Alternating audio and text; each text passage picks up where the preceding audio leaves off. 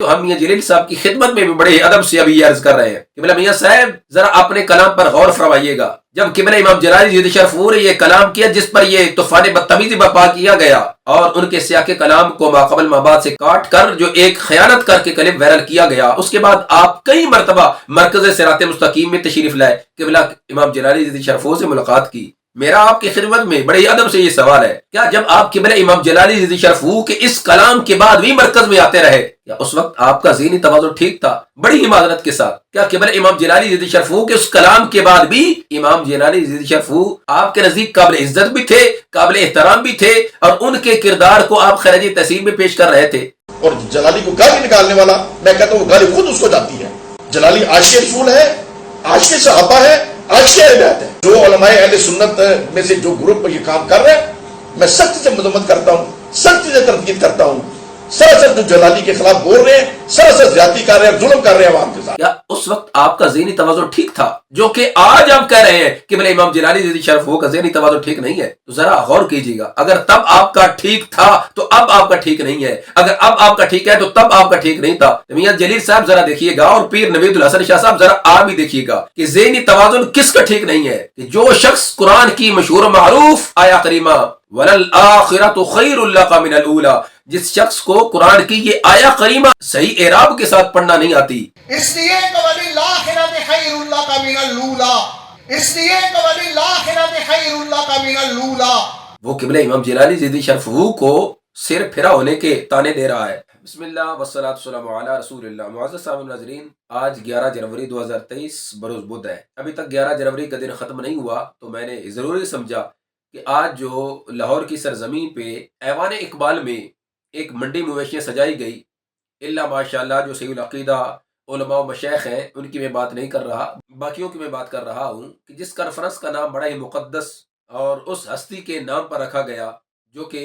خلیفۃ الرسول بلا فصل امیر المؤمنین تاجدار صداقت حضرت سیدنا صدیق اکبر رضی اللہ تعالیٰ عنہ کی مقدس طیب و طاہر ذات ہے. جبکہ اکثر جو وہاں پر مہمان آئے ہوئے تھے، بجائے تاجدار صداقت رضی اللہ تعالیٰ عنہ کی صداقت، آپ رضی اللہ تعالیٰ عنہ کی افضلیت، جو کہ اہل سنت و جماعت کا یہ اجماعی اور قطعی عقیدہ ہے کہ آپ رضی اللہ تعالیٰ عنہ کی افضلیت قطعی ہے اور اس پر اجماع ہے، اس پر بات کی جاتی، اس پر کلام کیا جاتا، قرآن و سنت سے دلائل پیش کی جاتے، روافظ کا رد کیا جاتا، جو پورا سال تاجدار صداقت رضی اللہ تعالیٰ عنہ کی مقدس طیب و طاہر ذات پر تبرہ کرتے ہیں. مگر اکثر نے بجائے روافظ کا رد کرنے کے، بجائے تاجدار صداقت رضی اللہ تعالیٰ عنہ کی حقانیت و صداقت کو بیان کرنے کے، قبلہ امام جلالی زیدی شرفور کے خلافی بغض کا زہر اگلتے رہے اور انہی کی خلافی گالم گلوچ جو کچھ منہ میں کسی کے آتا تھا وہ کرتے رہے. مگر میں ایک دو چیزیں آپ کے سامنے اپنے اس آج کے کلم میں رکھنا چاہتا ہوں. میں سوچ رہا تھا کہ سب سے پہلے کس موصوف کو ڈسکس کیا جائے اور کس کی گفتگو کا جواب دیا جائے، کس کے کلام کا جواب دیا جائے. بالآخر میں نے اس کانفرنس کے آخر سے چاہا کہ اس کا رد شروع کیا جائے، کیونکہ آخر میں اس کانفرنس کے روح رواں نوید الحسن شاہ صاحب ان کا بیان ہوا اور وہ بھی غالباً 2-3 منٹ میں مشتمل تھا. مگر اس کے اندر ہی انہوں نے جو وہاں سٹیج پر بیٹھے بیٹھے آگ بگولا ہو رہے تھے، اگرچہ ان کے بغض کو تسکین تو مل رہی تھی، جو ان کے بلائے ہوئے تھے جب وہ حضرت قبلہ امام جلالی زیدی شرفور کے خلاف زہر اگل رہے تھے اور اپنی زبانیں تھے وہ دراز کر رہے تھے، اگرچہ پیر صاحب کو تسکین تو مل رہی تھی مگر جو من تھا اس کو ابھی ٹھنڈک نہیں پہنچی تھی. تو جو ہی 2-3 منٹ ملے تو اس میں پیر صاحب نے کیا فرمایا، ذرا سماعت کیجیے. اور اسی کے مطابق زندگی گزاری جائے. نئی تحقیق کی ہمیں اس میں ضرورت نہیں. کوئی اگر دماغ پھرے والا ڈاکٹر نئی تحقیق پیش کرے تو ہم اس کو اہل سنت و جماعت میں داخل نہیں ہونے دیں گے اور سد سکندری ثابت ہوں گے. ہمیں وہی عقیدہ پیارا ہے جو شیر ربانی نے دیا، جو مجدد الفسانی نے دیا، جو امام احمد رضا بریلوی نے دیا، جو حضور محدث اعظم پاکستان نے دیا،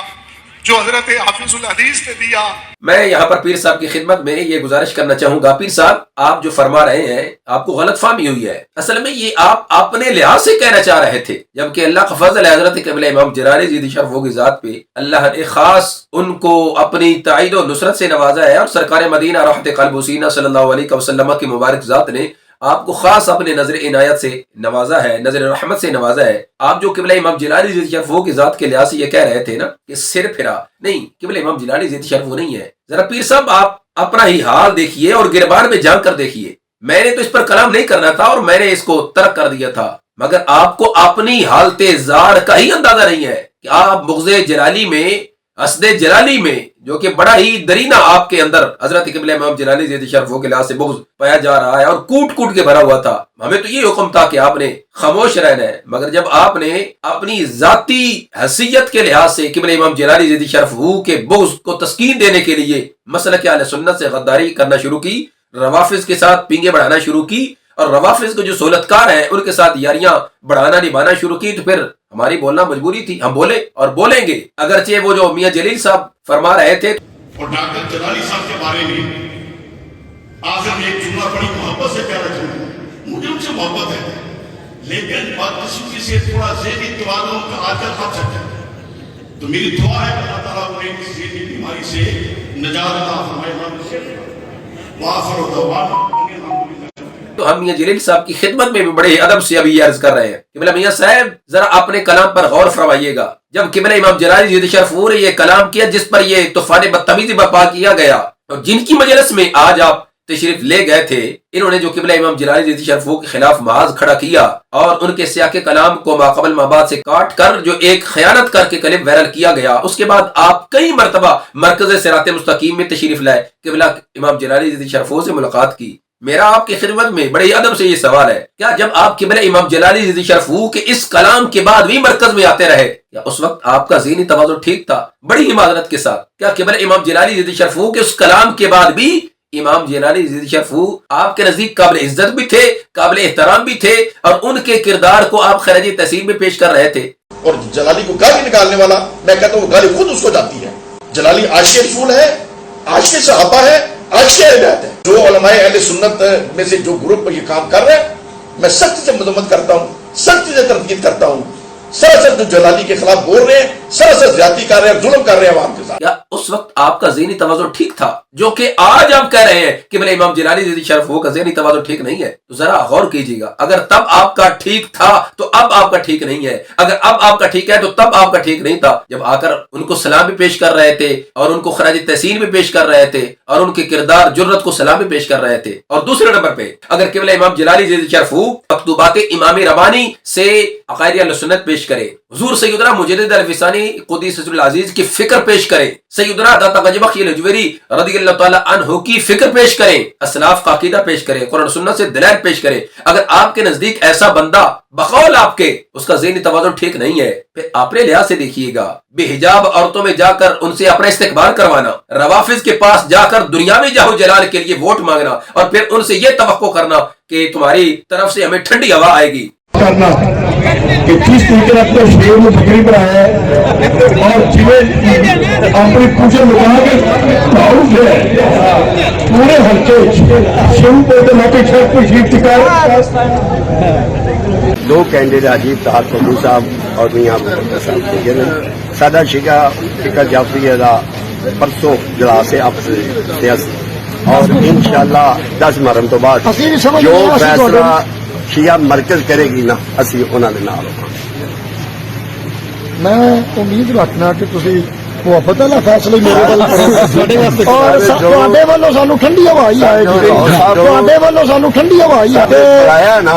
تاجدار صداقت رضی اللہ تعالیٰ عنہ کے گستاخوں سے ووٹ مانگنا، کیا یہ سارے معاملات اور اس طرح کے کام کرنا یہ ذہنی توازن ٹھیک رکھنے والا شخص کرتا ہے؟ معذرت کے ساتھ میں بڑی ادب سے آپ کی خدمت میں گزارش کر رہا ہوں، اگر آپ وہاں گئے تھے، اگر آپ تاجدار صداقت رضی اللہ تعالیٰ عنہ کی عظمت و شان نہیں بیان کر سکتے تھے، اگر مجدد پاک رضی اللہ تعالیٰ عنہ کی فکر تعلیمات نہیں بیان کر سکتے تھے تو خاموش رہتے، مگر آپ نے بھی اپنے خیالات کا اظہار کیا. اب اگر ہماری طرف سے کچھ ہوگا تو برائے کرم پھر شکایت نہ کیجیے گا، برداشت کیجیے گا. ہم خاموش تھے مگر اب آپ بولے ہیں اور ان کے سٹیج پر جا کر بولے ہیں، اور یہ آپ کا بولنا قبلہ امام جلالی زیدی شرف کے خلاف نہیں ہے. یہ بات میری یاد رکھیے گا. قبلہ میاں جلیل صاحب اللہ آپ کو سلامت رکھے، اللہ آپ کو خوش رکھے. قبلہ امام جلالی زیدی شرف کے خلاف جو آپ نے ایک دو جملے بولے، یہی جملے پیر نوید الحسن شاہ صاحب کوٹ کر رہے تھے. میں اب دکھاتا ہوں پیر صاحب کو بھی، آپ بھی ذرا دیکھیے. قبلہ میاں جلیل صاحب، قبلہ حضور امام جلالی زیدی شرف کو اللہ کے فضل سے اللہ نے عقل و خرد سے بھی نوازا ہے، بصیرت اور بصارت سے بھی نوازا ہے، علم و عمل سے بھی نوازا ہے، فہم و ادراک سے بھی نوازا ہے، اور ایسی زیرک عمیق دقیق نظر سے بھی نوازا ہے کہ جہاں تک یہ جو جتنے اللہ ماشاءاللہ سٹیج پہ بیٹھے ہوئے تھے، میں کس کس کا نام لوں، کس کس کی بات کروں، ان کی وہاں سوچ تک بھی نہیں پہنچتی جہاں اللہ کے فضل سے اللہ نے اس شخص کو، اس مرد قلندر کو ایسی بصیرت اور بصارت سے نوازا ہے۔ میاں جلیل صاحب ذرا دیکھیے گا، اور پیر نوید الحسن شاہ صاحب ذرا آپ بھی دیکھیے گا کہ ذہنی توازن کس کا ٹھیک نہیں ہے، کہ جو شخص قرآن کی مشہور و معروف آیا کریمہ وَلَلْآخِرَةُ خَيْرٌ لَكَ مِنَ الْأُولَىٰ، جس شخص کو قرآن کی یہ آیا کریمہ صحیح اعراب کے ساتھ پڑھنا نہیں آتی، وہ قبلہ امام جلالی زیدی شرف کو سر پھرا ہونے کے تانے دے رہا ہے۔ ذرا پیر صاحب سماعت کیجیے گا۔ قسمت میلاد النبی صلی اللہ علیہ وسلم کو بھول جانا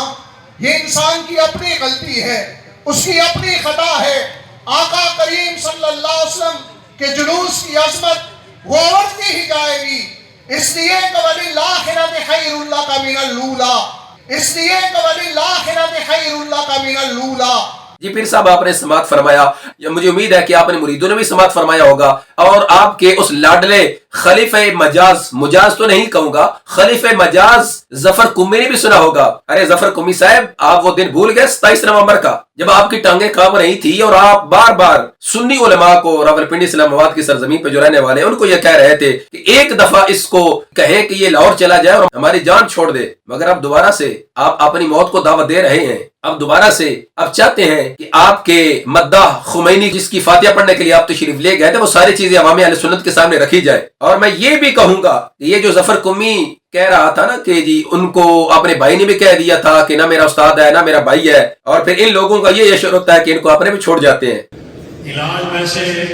اس کے بھائی نے بھی کر دیا تھا، مرنے سے پہلے دنیا سے جانا ہوتا ہے، خود بھی اس نے کہہ دیا تھا میرا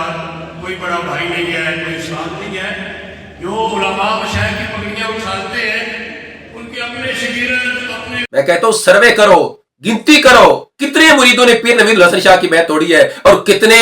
مریدوں نے قبلہ امام جلالی زیدی شرفو کی بیعت توڑی ہے۔ ذرا سروے کرو نا، انالیسس کرو، گنتی کرو۔ اگر آپ سے نہیں ہوگی اور یقیناً نہیں ہوگی تو میں کر کے دکھاؤں گا، میں بتاؤں گا کتنے لوگوں نے بیعت توڑی ہے نوید الحسن شاہ کی، اور کتنے لوگوں نے تحفظات کا اظہار کیا ہے، اور کتنے لوگوں نے ان کے مدرسے میں جو پڑھانے والے مدرس تھے ان کی چھٹی کس بات پر کرائی گئی ہے، اگرچہ میں سب کچھ واضح کر چکا ہوں۔ میں پورے ظفر قمی گروپ کو اور بالخصوص ظفر قمی کو، چونکہ وہ جلائیت نہیں جاتی نا، ابھی وہ جلائیت دکھا رہے تھے، تو میں کہتا ہوں حضرت مناظر قبیر شاخار جلالیت حضور قبلہ مفتی محمد عابد جلالی نور اللہ مرقدہ، اللہ ان کی تربت پہ کروڑوں رحمت نازل فرمائے۔ ان کی عمر اتنی تھی، کاش کہ وہ ابھی حیات ہوتے، تمہارا وہ حشر و نشر کرتے، تمہارے وہ پڑ خچے اڑاتے، تمہیں دن کو تارے نظر آتے۔ جی وہ چھوڑ گئے، وہ یہ کہہ رہے تھے میرا کوئی بھائی نہیں ہے، میرا کوئی استاد نہیں ہے، ساری زندگی تمہاری داڑیاں سفید ہو گئی ہیں یہ حدیث پڑھاتے پڑھاتے۔ انما الاعمال بالخواتیم، کہ اعمال کا دار و مدار خاتمے پہ ہوتا ہے۔ تو اللہ کا فضل ہے، حضرت قبلہ مفتی محمد عابد جلالی رحمہ اللہ تعالی اپنے استاذ گرامی، اپنے برادر اکبر کی خدمت میں تشریف لائے تھے۔